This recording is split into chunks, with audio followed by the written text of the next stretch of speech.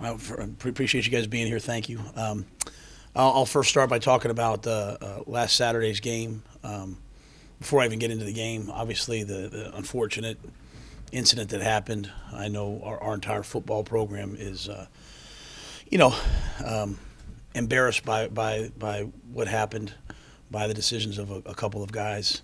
As we tell our players, uh, you know, anytime you take a punch at somebody or you do something like that on the field, it's a selfish act, and because you're making a decision to do what makes you feel good instead of the rest of the team. And so that wasn't a great decision by Blake, and it was certainly an extremely selfish and poor decision by Greg.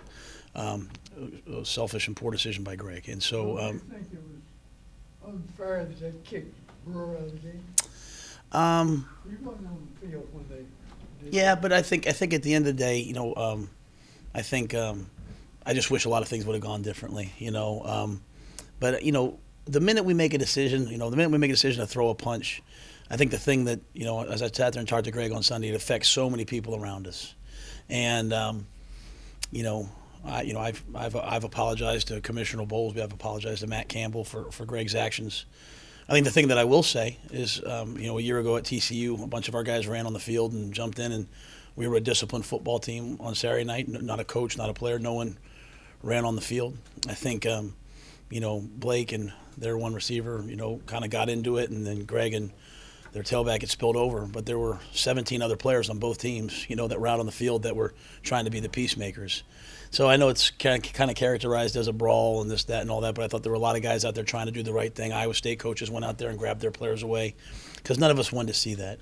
And at the end of the day, there was a big-time college football game, and there were two plays in the game, really one play in the game that was like that, and then nothing spilled over. So, but as I said, we're embarrassed by that play. We have apologized for it. Greg's, I believe, learned his lesson moving forward. And my message to Greg was it was not right. It was not something I want. But I love him. He's my player, and we'll move forward. He served his punishment in the second half of that game. He won't play the first half of senior day, and he's only got a few games left. But I know he's apologetic, and so we'll move forward. And it's a lesson for all of us that we put. I told the team the night before the game, we put what's next on our shirts, and we say what's next. That's really easy to say. It's hard to do, right? And if we'd have just said what's next on that play, that wouldn't have happened. And if after Charlie Schlitt, if he would have just said what's next instead of saying what he said, he'd still be in the ball game. And so, all of us, none of us did a good enough job of that the other night, because that was a football game versus a really good football team. That you go back. We had more explosive plays than them. We had more time of possession than them. We had more yards than them. We had a shutout in the fourth quarter. We did everything it took to win, but we did the one thing you can't do against Iowa State, and that's we beat ourselves with penalties in the red zone, with missed field goals, with missed opportunities. If you'd have told me going into that game, and I'm sorry I'm talking so long on my prelude, but if you'd have told me going into that game that we would hold Hakeem Butler to 3 catches for 25 yards and Montgomery for 11 carries for 50 yards, I'd have said, well, we're going to play a great game. But it was a tough environment. It was a tough atmosphere versus a tough football team, and we just didn't make the plays you need to make to win. And a lot of things happened in that game that were adverse. I hate that we're all talking about just that one, which I know we need to. I hate that even happened, but we certainly had our opportunities, and so that's over with. I said we've apologized to people we need to apologize to. Our players will serve their punishment. Greg will serve his punishment, but we look ahead to a tremendous opportunity this week to come home and play at home and play on senior day. And I think the guys, you've heard from me enough.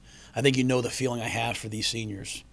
And I really believe, I'm going to meet with the juniors today. I really believe that our team and our program will continue to elevate in the coming years. And it will be the sacrifice of the seniors last year and the progress of the seniors made this year. The seniors this year, you think about last year, we went 0-6 at home.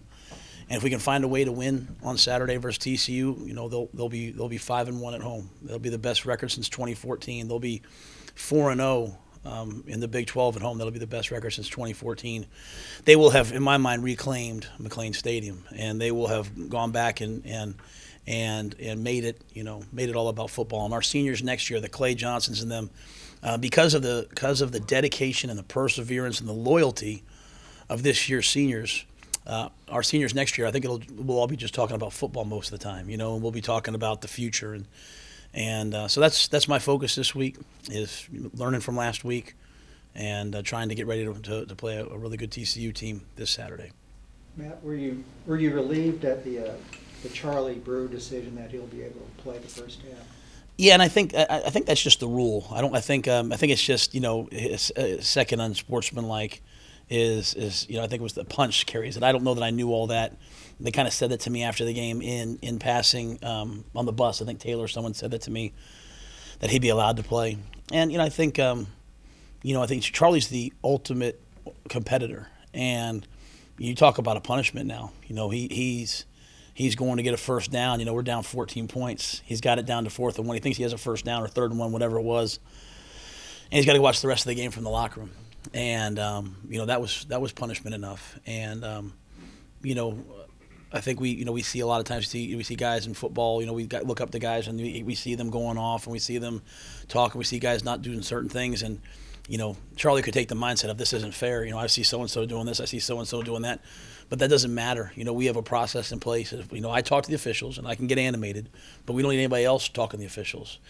And, just even as I've gone through this process the last couple of days, I probably had one feeling on Saturday night. I have a much different feeling today, even about the altercation and all that.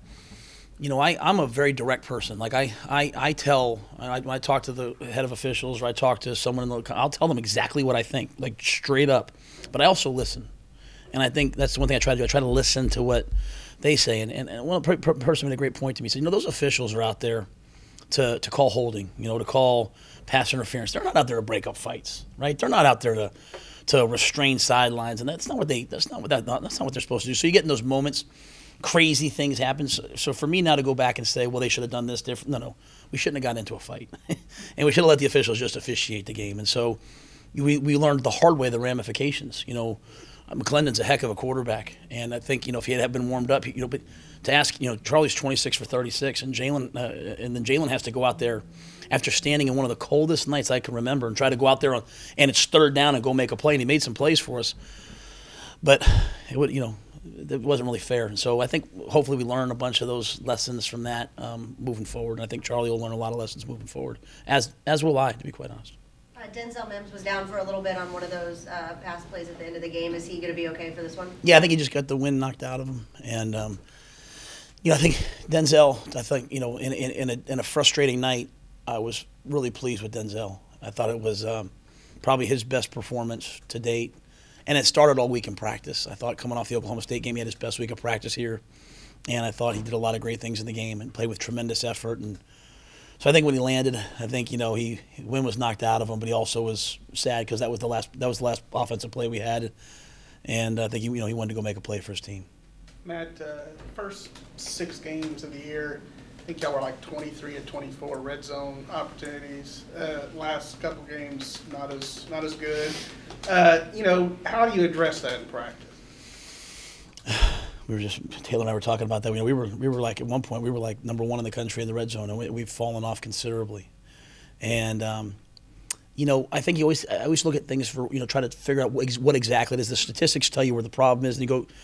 And I think this game, you have it 2nd and 8 at the 12-yard line, we get a hold. The next drive we come out, it's 3rd and 3 at the 14, and I tell the guys, hey, we're running Jalen Hurd twice. We are not kicking a field goal here, and we false start.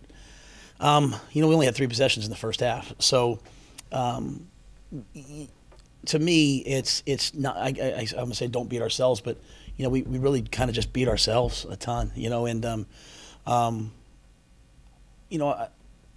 I've really thought about this. That's why I'm being so I'm not giving like a coach answer.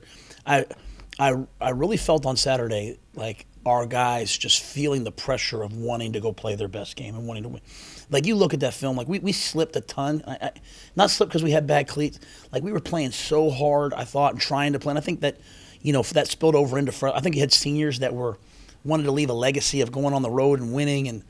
And I thought we almost put too much pressure on ourselves that intense moments we didn't just relax. We're getting outscored in the first half, but we're outscoring people in the second half.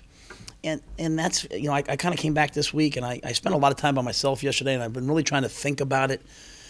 And I think when we get down, sometimes we get down there tight, especially early in the game, like we just make a mistake because we're just so amped up. And then when we kind of calm down the second half, you throw the ball up to Denzel, he makes a play. Throw the ball up to Pooh, he makes a play.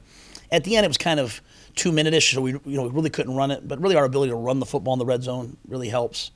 And that's really, as I move forward into this game, we're going to talk about all these things. I just want them to enjoy the opportunity this Saturday because when our guys, I always say compete, and I say process. People don't know what that means. Well, there was literally a point in that game where the scoreboard gave out at the stadium. There was no scoreboard, and I walked over to the defense and I said, look, guys, don't pay attention to the scoreboard. Like we always say that, but it's true. It's like, when we're at practice, that you compete, you get beat one play, you come back the next play, you just play the game. It's a game. It's a game.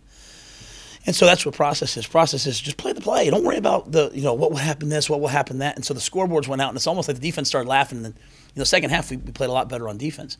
And so I think we've gotten the red zone early in games. We just make mistakes because 6.4 yards per play, 500 yards of offense. You should score more points, and that's showed up a couple weeks in a row. So I think the message for our guys this week is, man, don't worry about this and that and bowl eligibility. Just go play, and let's just cut it loose from the very beginning.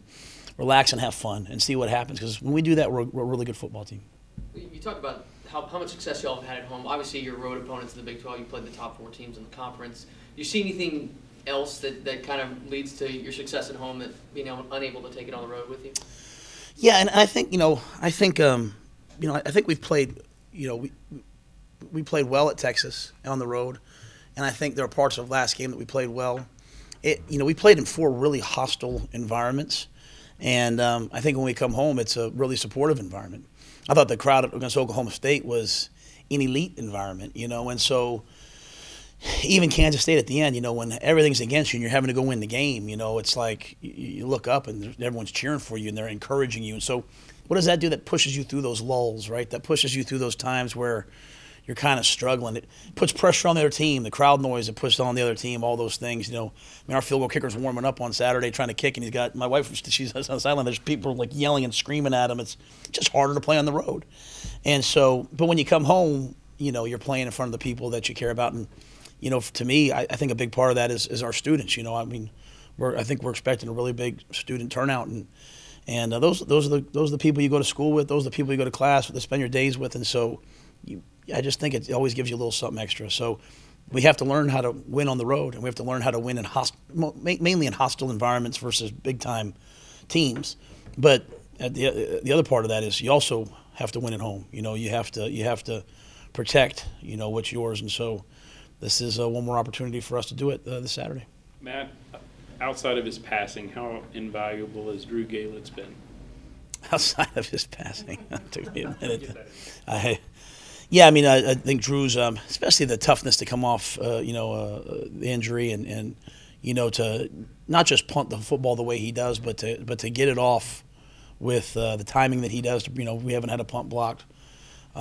He's a difference maker in that regard. Now this week they have a tremendous returner in Jalen Rager, so we'll have to be smart about the ways in which we punt the football. But yeah, Drew's as a senior to battle back from what he battled back from, to be the tremendous kickoff artist that he is, putting the ball in the end zone and playing the football.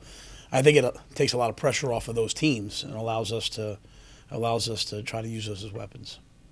So one person or a group effort that controlled Akeem Butler so well? Well, I think I thought it was a group effort. Derek Thomas played him for most of the game. We had Harrison Handback; he played a ton, and we were able to keep him in front of us, and kind of tried to mix some things up coverage-wise. So I would say it was a group effort, and we were able to get some rush on Saturday. Now we weren't able to sack him; he's a heck of a player. But they didn't have all day to sit back there and pat the football. We had enough pressure that when he had to escape, he had to kind of escape and run on. Now, really, at the end of the day, they were 5 for 5 or 6 for 6 on third down in the first half, 7-11 in the game, and mainly most of that came from Purdy's ability to run, and that was probably a difference in the game. You talked with Greg Roberts about his part in the fight, but did you talk with Blake as well, just off of that kind of side fight that happened over there that wasn't flagged? Yeah, I talked to Blake as well, and I talked to him right when it happened, especially. And I thought, when adversity happens, good things happen. I remember, I was finally allowed to kind of go out on the field and I said, let me just address this so this doesn't continue. And Bravion Roy, who's kind of a quiet guy, he got them together and he was getting after the guys. He's like, is this how we're going to go out? Is this who we are? So he said what I didn't have to say, but I talked to Blake about it, and we'll talk about it again today as a team, because we need to learn from that, all of us, and it doesn't always have to just be a punch, right? It can be like, boy, I really want to hit this guy and he's running out of bounds. I'm going to take one more step and hit him and, 15 yards and it puts us in harm's way. When you're playing on a football team, the decisions of all of us or one of us affect all of us. And we have to continue to make good decisions and recognize we'll make bad ones, handle those appropriately, but also talk about them and learn from them. But that really all started because of the situation with Blake and his poor response to what he felt like happened to him. At TCU, they haven't had their usual year, but with a couple more wins, they can become bowl eligible. You are trying to get bowl eligible. Does that bring a little extra edge to the game? Not to me. I haven't probably been around long enough to have any. My interactions with, Coach Patterson. He's been nothing but kind to me. He's got me invited to things. Coaching things. He's a person that I look up to as a coach who's done it for a long time and done it the right way. So I wish, I say all the time, whether it's Texas high school football, small college football, or college football, I think we should all support each other, because when we support each other, we support the game in our state. So I'm only worried about us, and I'm really only worried about, the seniors going out on senior day the right way. That's always been a really big deal to me, that they walk off the field as winners. Last year senior day, I still remember Taylor Young. He's running down on kickoff because he wanted to win so badly, and 4 or 5 plays into the game, he gets hurt and he doesn't play another snap of football. And so that always bothered me last year, and it still bothers me. So I want to make sure these guys who have really stood for Baylor, but they've also stood for me personally. That's how I feel. I want them to walk off the field as winners, and then the benefit of that is then we would get a chance to play another game. And I would love nothing more than to, play another game with Ira and Greg and Pat and Blake and Josh and Chris Platt and all those guys. I'd love nothing more than to play another game with those guys. How do you address Connor's struggles? It seems like with kickers, you don't want to get in their face and say, do your job or whatever. But how do you do that? I think I'm just going to talk to him. I think what else can you do other than because it really at the end of the day, his issue on Saturday was just so visible, right? Like everyone saw and it stands out. But there's lots of guys that struggled, and really Connor's an outstanding field goal kicker and an outstanding place kicker, and has had some big kicks and some big moments, and was did the things he did last year and earned a scholarship, and he's here and he's our kicker. But we all have, I think, those times in life where we hit a little bit of adversity and we start to doubt ourselves. I think that's what I saw on Saturday. He was struggling in pregame. We kind of do the formal pregame PAT, and he missed that on Saturday. So, to me, I think it's just all inside of him, right? And it's emotion. But just like he's going through that, Charlie was probably going through that when he was 3 of 11, or 1 of whatever he was at West Virginia before he got hurt. And a lot of our players have been through that. And the thing you learn is I can't give you confidence. You're calling your parents won't give you confidence. Nothing we can do is really going to give you confidence. It's got to come from you, and you've got to do. Now we can support you, we can be there, we can give you opportunities, but at the end of the day, whether it's Connor or whether it's Charlie, whether it's Harrison, whoever it is, when you go through some adversity, you have to muster the confidence to go out there and say, I'm going to make this. Because I can tell when Connor's confident, he walks out on that field like, I'm going to kick this ball through. And I think we'll get him there by Saturday. He'll go out there on Saturday and the game on the line, we'll put him out there knowing that he's going to nail it through the uprights. Given you touched on it a bit ago, but just given the battle that these teams have gone at in the past several years, obviously you came in last year, but do you sense from either the fan base or the players that this is one of those games that they really want each year? Probably, I don't know that I heard much from the fan base necessarily. For me, I know when I got here, I could tell the players that this was something. I could tell from the players that this was something that that they wanted. I think the biggest thing to me is we went up there last year and played a good half of football. It was 21-19 at the half. Second half it got away from us. That unfortunate incident happened where we had that fight last year in that game. I remember walking off the field and saying how much I couldn't wait to get to this season. I think for our senior class, you go back to 2016, before I was here, and they were 6-1, getting ready to play TCU, and obviously that game got away from them. And I think if you ask them, these last 2 years have been tough years for them. And for it now to all kind of culminate and come full circle, where those same guys are out there in that route, here they are now with a chance to go out there on senior day and play their best football game. Because that's what this is. This is an opportunity for us to play our best football game. For those seniors to walk off the field, and sing that good old Baylor line and walk into the locker room and dance and sing and love each other and hug on each other, they will have stood for something. And if we lost the game, I still believe they stand for something. Don't get me wrong, but they will have a chance to finish it off the right way and then go play Texas Tech. So I think for me it's more about us and the journey that our seniors have been through and the things that we've been through this year, and the opportunity to go play one more game at home in front of our family and friends and try to play our best game. What are you expecting from TCU? Well, number one, they're an elite defense, and they're elite because of their players, but also because of Coach Patterson and all the different things he brings to you. They've got a veteran quarterback in Collins who's smart, knows where to go with the footballs. Sonny Cumbie does a great job as their offensive coordinator, and really Jalen Rager's a dominant receiver, and he can do it in the screen game. He can do it in the vertical passing game. He's someone that you have to account for. But you can't double them because they've got lots of other good wideouts and they've got lots of other good skill. So it's a tremendous challenge. I think we'll have to play really well, and we'll have to not give up the opportunities that we did this past Saturday. And TCU was able to beat Iowa State. And we weren't. We've got to play our best football game to have a chance. Watching the Iowa State game, and maybe this is from a Baylor fan point of view, but some of those altercations seemed like your players were baited into it, like the personal foul on Harrison hand. It almost looked like the running back grabbed him and pulled him over into the water bucket, and Blake Lynch got a knee thrown in his face, in his chest. When you take on a team like TCU this week, do you talk to your team about being baited into situations like that? Well, I think the thing I'm going to probably talk about the most is, we want to play snap the whistle, and we want to be the most aggressive team on the field, but we want to keep it in between the white lines, and so in between the whistles. So, to me, if somebody takes a shot at you, and I would like you just to say what's next and play the next play, but don't hit them after the whistle. The next time you have a chance to go play against them, be physical. So it's a game that allows you to be physical. So there's certain rules. You have to be physical on the field and from snap to whistle. But within then, you can be as physical as you want within reason, right? You can't do some certain things. So to me, I think, the thing I've tried to talk to our guys about going on the road, about going to Oklahoma, about going to Texas, I just say, just make it football. Don't make it about the crowd. Don't make it about the rankings. Don't make it about anything. Just make it football. You've been playing football your whole life. It got away from being football at times on Saturday. This Saturday we're playing TCU. Don't make it about the bowl game. Don't make it about this. Don't make it about just make it about football.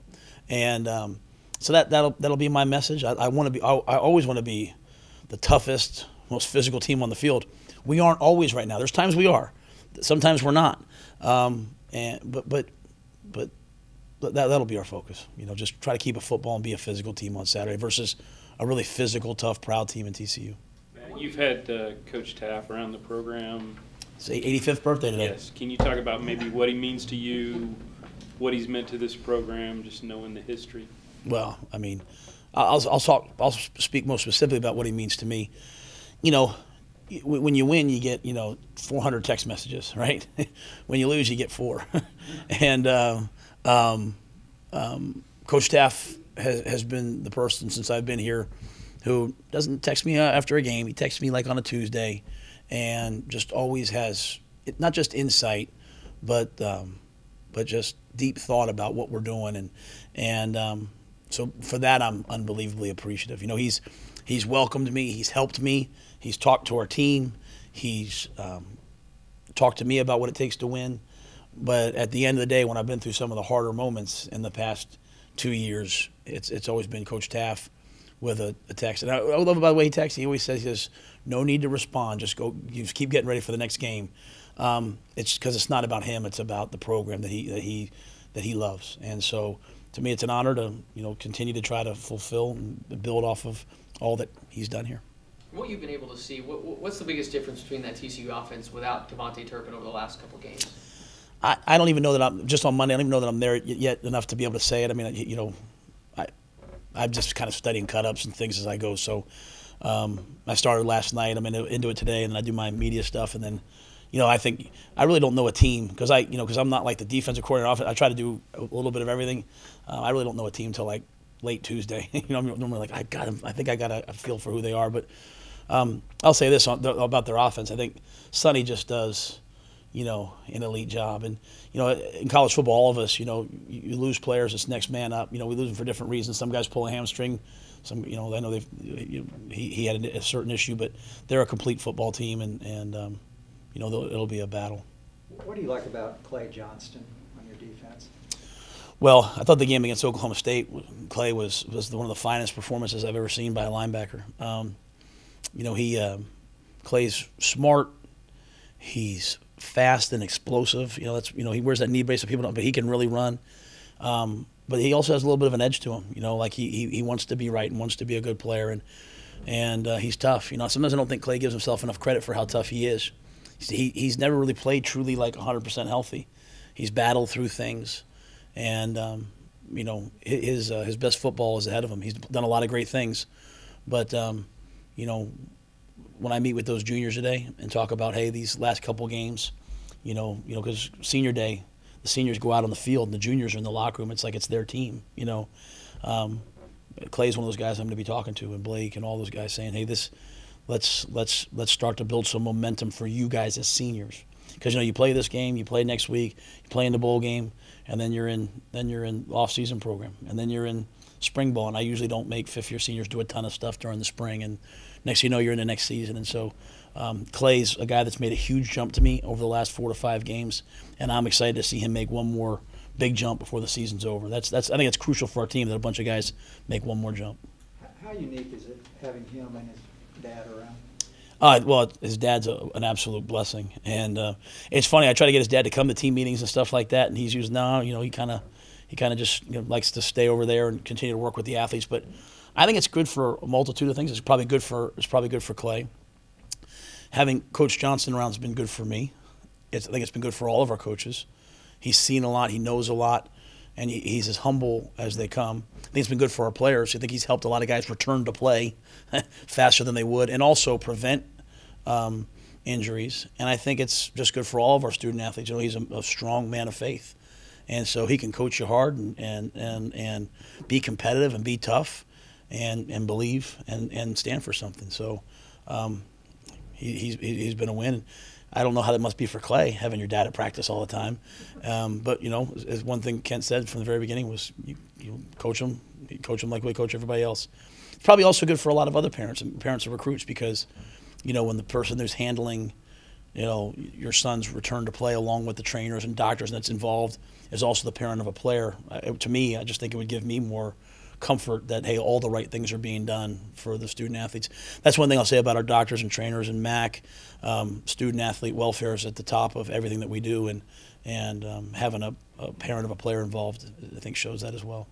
Coach, you with the bold move of wearing a short sleeve shirt when you were in Iowa State. What went into that decision-making process for you? On Sunday, I told Marcus Satterfield and Evan Cooper not to ever let me do that again. To make sure I wear a jacket from now on. I just not necessarily like bravado or anything. It was just more like, you want to lead by example. I'm saying, like, guys, like, just make it football. Just make it like we're back at Baylor. That was my whole thing. Just go play like we're playing out here.